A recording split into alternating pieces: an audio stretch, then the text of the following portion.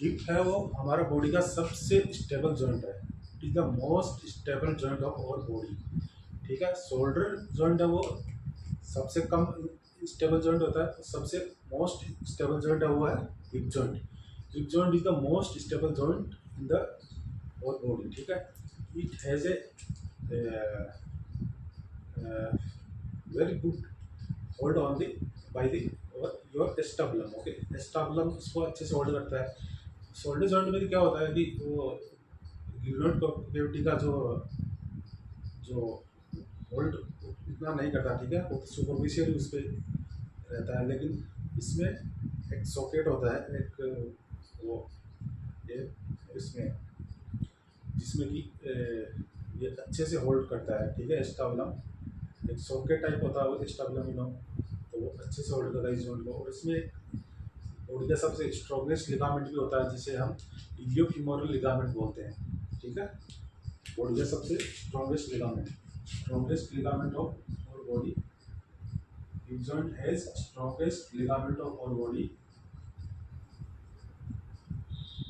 इसे बोल देंगे इलियोफीमोरल लिगामेंट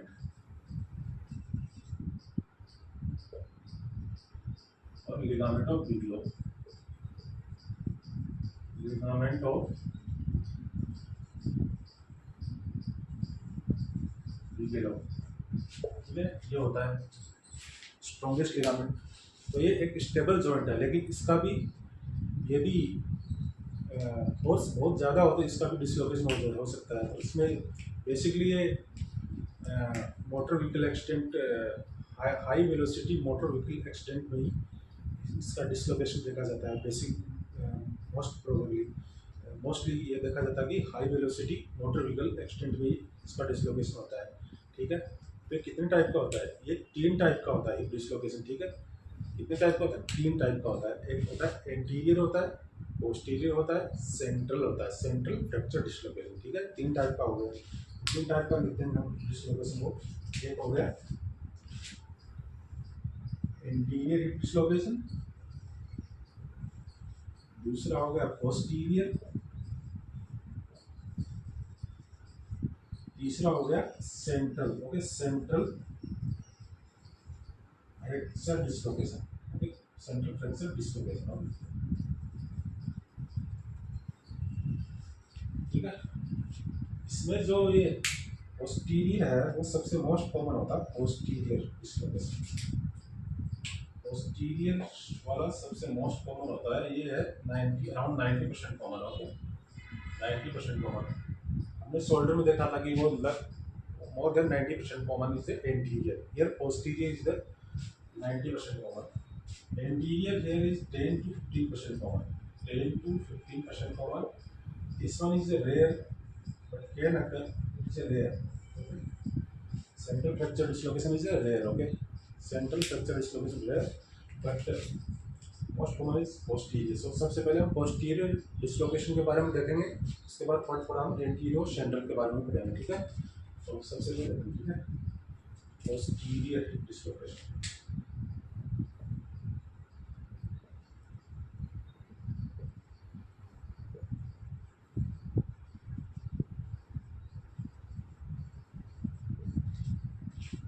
ओके, सबसे पहले पोस्टीरियर डिसलोकेशन के बारे में देखेंगे।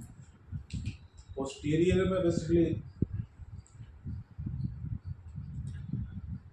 ये 90% कॉमन होता है। तो इसका जो मैकेनिज्म जो होता है इंजरी का, जो डिसलोकेशन इज इमरजेंसी। ठीक है, it should be reduced as early as possible. Okay, it is an emergency because if it is delayed, many complications can occur. So as early as possible we have to reduce this hip dislocation। ठीक है, तो सबसे पहले जो ये है posterior dislocation है, तो इसका जो मैकेनिज्म ऑफ एक्शन क्या हो जाएगा? Mechanism of action of the posterior dislocation वो क्या होगा? वो अगेन इसका जो मोस्ट कॉमन जो मैकेनिज्म ऑफ एक्शन है वो है dashboard injury. Okay, dashboard injury, dashboard injury होती है। ठीक है, डैशबोर्ड इंजरी मीन्स जब हम कोई मान लो कोई कार चला रहे होते हैं, तो अचानक से कोई गाड़ी आ गई, गाड़ी अपनी कार उस गाड़ी से टकरा गई, या फिर अपनी गाड़ी वहाँ तो किसी पेड़ से टकरा गई, तो अचानक से ब्रेक लगाया तो अपना जो यदि फॉर एग्जांपल अपना जो वो है नी, वो डैशबोर्ड पर टकराया, नी डैशबोर्ड पर टकराएगा तो क्या होगा, उसका जो फोर्स है वो अपनी फीमर के थ्रू ट्रांसमिट होगा, फीमर के थ्रू ट्रांसमिट होगा तो फीमर पीछे की तरफ उसको धक्का लगेगा तो डिसलोकेट पीछे की तरफ पोस्टीरियर डिसलोकेशन हो जाएगा। ठीक है, तो इसमें इसके साथ एसोसिएटेड इंजरी कौन सी हो जाएगी, इसके साथ आपका जो डैशबोर्ड इंजरी, उसमें सीधा डायरेक्ट इम्पैक्ट तो नी होता है, तो नी के ऊपर नी केप होता है जिसे पटेला बोलते हैं, उसका फ्रैक्चर हो जाएगा। इसके अलावा यदि पोस्टीरियर क्रूशियल लिगामेंट इंजरी भी हो सकती है। ठीक है, तो ये सब हो सकता है इसमें। तो ये हो गया इसका mechanism of injury of this posterior dislocation. ठीक है, तो इसमें सिम्टम क्या हो जाएंगे, सबसे पहले तो क्या हो जाएगा, patient there will be what will be the patient, there will be inability to use his affected limb, and there will be special deformity will be there. Deformity, what deformity will be there in the posterior dislocation, it is flexed, abducted and internally rotated. Okay, next adducted and internally rotated limb will be there in the posterior dislocation. ठीक है, इसके अलावा और क्या हो जाएगा इसमें, ठीक है, inability to use his adducted limb and it will be flexed, adducted, internally rotated, and marked restriction of the hip movement. Restriction of hip movement will be there, pain will be there, so all these things will be there. Other than that, it will, we have to see, we have to examine the patient, what will be there on examination, what will be there, there may be positive vascular sign of Narak,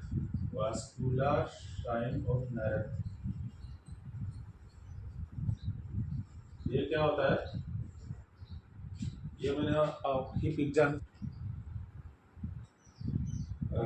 femoral pulse को femoral head के against palpate करेंगे तो वो cannot palpable in the case of positive vascular sign of Narath, we unable to palpate that. Okay, but very weak pulse will be there. Okay, very weak pulse will be there, or unable to palpate the femoral pulse against the femoral head. ठीक है, वो होता है vascular sign of नायरक, ये इसमें posterior dislocation में ये positive होता है। दूसरी चीज़ है जो अपना जो हेड है वो पाल्पेट होगा कहाँ पे, head of femur will be palpated, femur will be palpated in the gluteal region.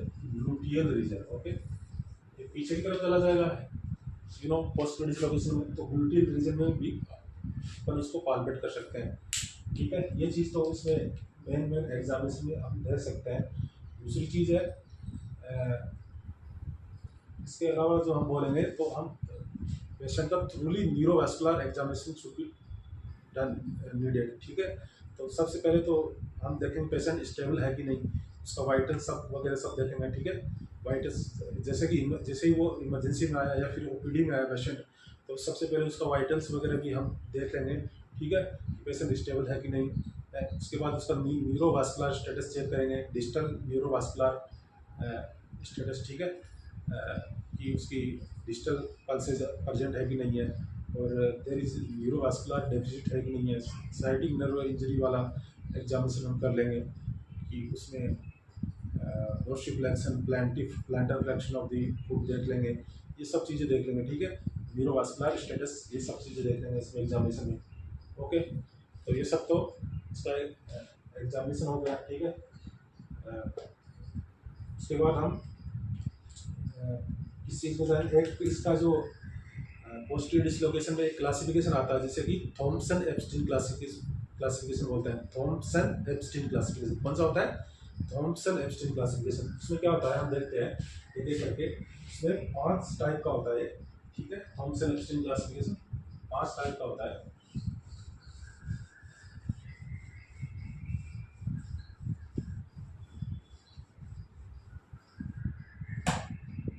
कौन सा होता है?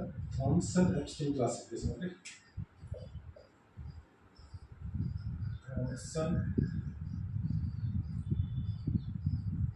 Ebstein classification.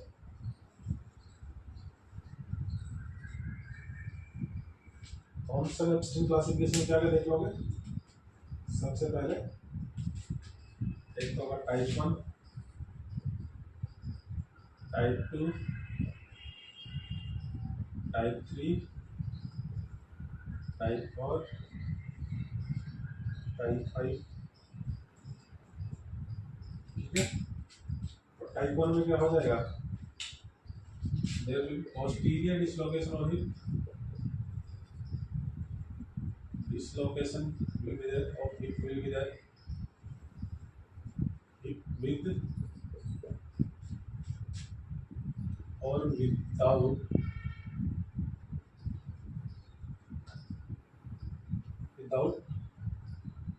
minor fracture of acetabular posterior acetabular ring,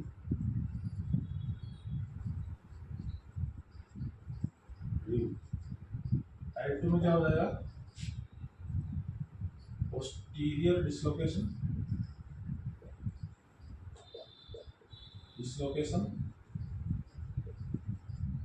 with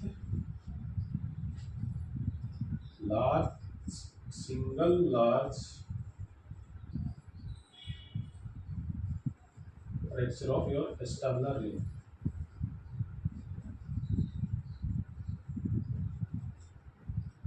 type 3 क्या हो जाएगा?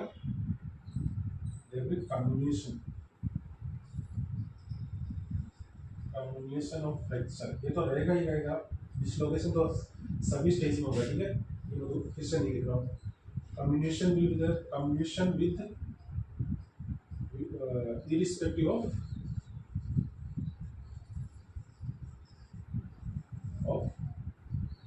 type of fracture। टाइप 4 है, और क्या हो जाएगा?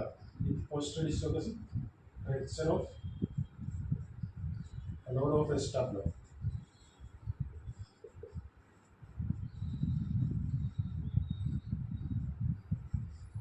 टाइप 5 में fracture of head of human.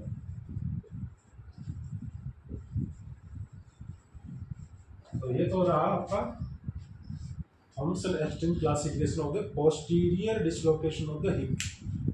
Thompson Epstein classification type 1, posterior dislocation of hip with or without minor fracture of the posterior acetabular ring। Type 2 क्या हो जाएगा? posterior dislocation with single large fracture acetabular ring। Type 3 comminution will be there irrespective of size of fracture। Type 4 is fracture of floor of the acetabulum। Type 5 is a fracture of head of femur। तो ये है आपका Thompson Epstein classification. उसके बाद हम क्या कर लेंगे, इसमें एक्सरे करवा लेंगे, ठीक है। वाला एग्जामिनेशन हमने कर लिया है, उसके बाद हम जाएंगे एक्सरे की तरफ, ठीक है। एक्सरे करवाएंगे तो वहाँ उस एक्सरे में क्या देखेंगे? Empty acetabulum will be there, okay. पीछे की तरफ डिसलोकेट हो गया तो एस्टाब्लम हमें एम्प्टी दिखेगा उसमें, ठीक है। ठीक है, उसके अलावा क्या ब्रोकन सेंटेंस आर्च होगा, ठीक है। ब्रोकन सेंटेंस आर्च क्या होता है इसमें? ब्रोकन सेंटेंस आर्च में जैसे कि ये है आपका एस्टाब्लम है, जैसे मान लो ये एस्टाब्लम है और ये ठीक है, और ये है आपका हेड ऑफ फीमर है, मान लीजिए हेड ऑफ फीमर है, ठीक है। तो ये एक लाइन ऐसे बनता है नेक से यहाँ पर ऐसे सीधा ऐसे सी टाइप लाइन बनेगा, ठीक है, सी टाइप लाइन बनेगा। कहाँ का बनेगा? एक तो medial side of the neck of the femur, medial side of neck of femur, और inferior to the superior pubic ramus, okay, inferior to the superior pubic ramus, okay, superior pubic ramus, pubic ramus rami will be there here, pubic rami, no,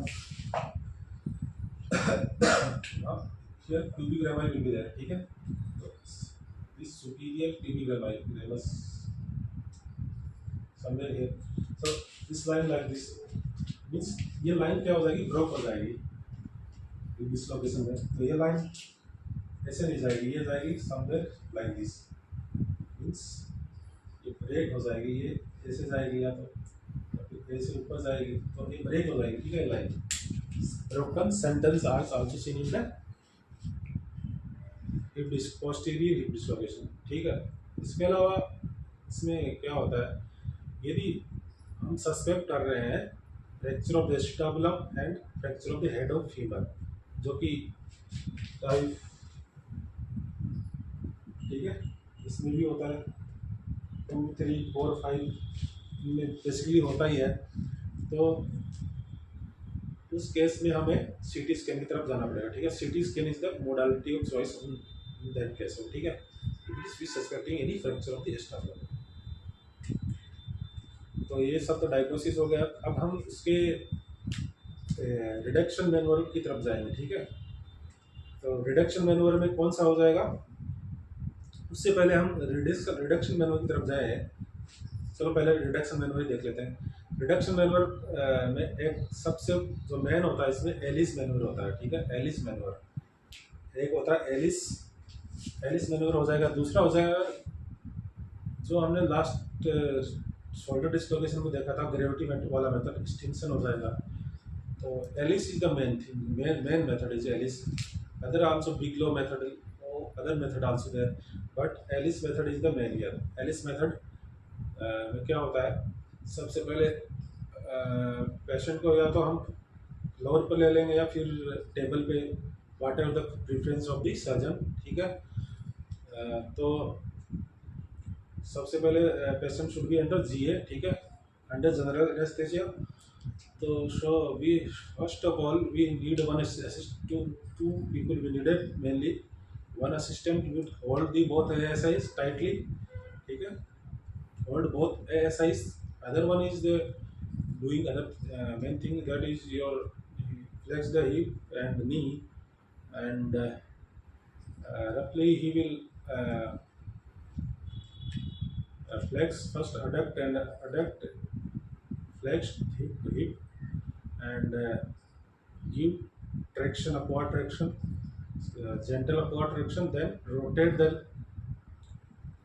limb side to side, external internal rotation, then adduct and abduct the limb and externally rotate, abduct, okay, extend, abduct, okay, in the last. So this is the Ellis maneuver, this is mainly used, okay. Other two are one of your anterior dislocation. एंटीरियर में क्या हो जाएगा, anterior में भी जैसे कि ये एंटीरियर में आगे तरफ आ जाएगा। Anterior is less common, it is 10 to 15% common anterior, ठीक है। जैसे कि इसमें ये क्लासिफिकेशन होता है, उसमें भी एक क्लासिफिकेशन आता है जिसे हम एप्स्टीन क्लासिफिकेशन बोलते हैं, ठीक है, एप्स्टीन क्लासिफिकेशन बोलते हैं एंटीरियर का। उसका एक तो होता है सुपीरियर। सुपीरियर में क्या, इंफीरियर में क्या हो जाएगा, pubic and perineal, pubic and perineal. Superior में होगा, सॉरी सुपीरियर में, आई एम सॉरी, सुपीरियर में हो जाएगा प्यूबिक एंड सब स्पाइनस, सुपीरियर में हो जाएगा प्यूबिक एंड सब स्पाइनस, इंफीरियर में हो जाएगा ऑब्टुरेटर एंड पेरिनियल। इंफीरियर में क्या हो जाएगा, ऑब्टुरेटर एंड पेरिनियल। सुपीरियर में क्या हो गया, प्यूबिक एंड सब spinous. Inferior Epstein classification of the anterior dislocation क्या हो जाएगा, ऑब्टुरेटर एंड पेरिनियल, ठीक है। तो इसमें एटीट्यूड ऑफ लिम्ब क्या हो जाएगा, limb will be externally rotated and abducted, externally rotated and abducted, okay. So here in that we palpate head in the gluteal region, here it will be coming to the in the groin region, ठीक है. Head will can be palpated in the groin region, ठीक है. तो इसमें vascular sign narrative is usually negative here in the anterior, ठीक है, because head is then the groin, so here is usually it's a negative. और इसमें भी और सब चीज़ें तो सेम हो जाएगी जो भी हम करते हैं रिडक्शन वगैरह. तो इसके अलावा एक होता है central fracture dislocation. Central fracture dislocation जो कि रेयर होता है, ठीक है. इसमें सेंट्रल फ्रैक्चर डिसलोकेशन में भी जो आपका एटीट्यूड ऑफ द लिम्ब होता है वो यूजुअली अबडक्टेड एंड इंटरली रोटेटेड, और मे भी इसका उल्टा भी हो सकता है, ठीक है. तो इसमें ये होता है. और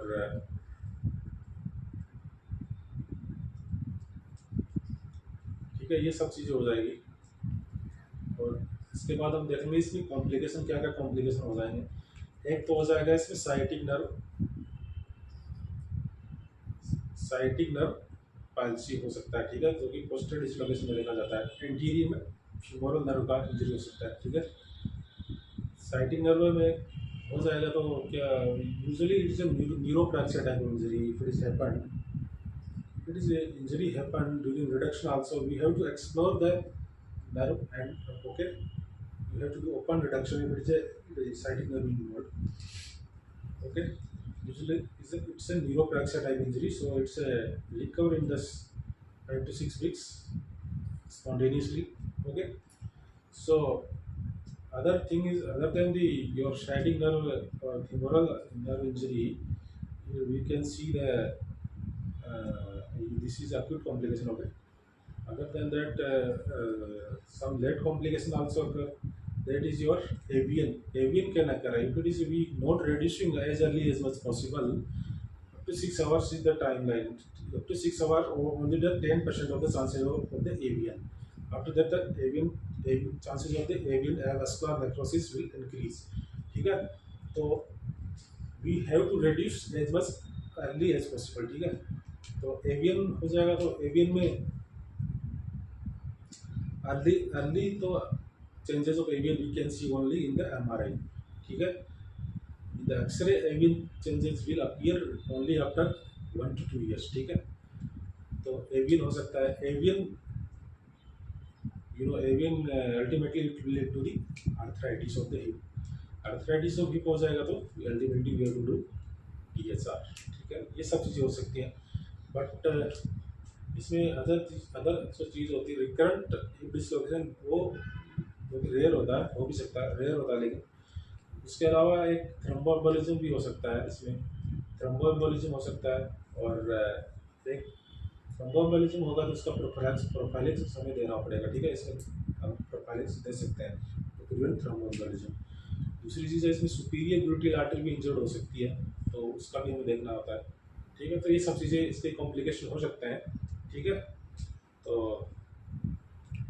so that's all for that today. Thank you.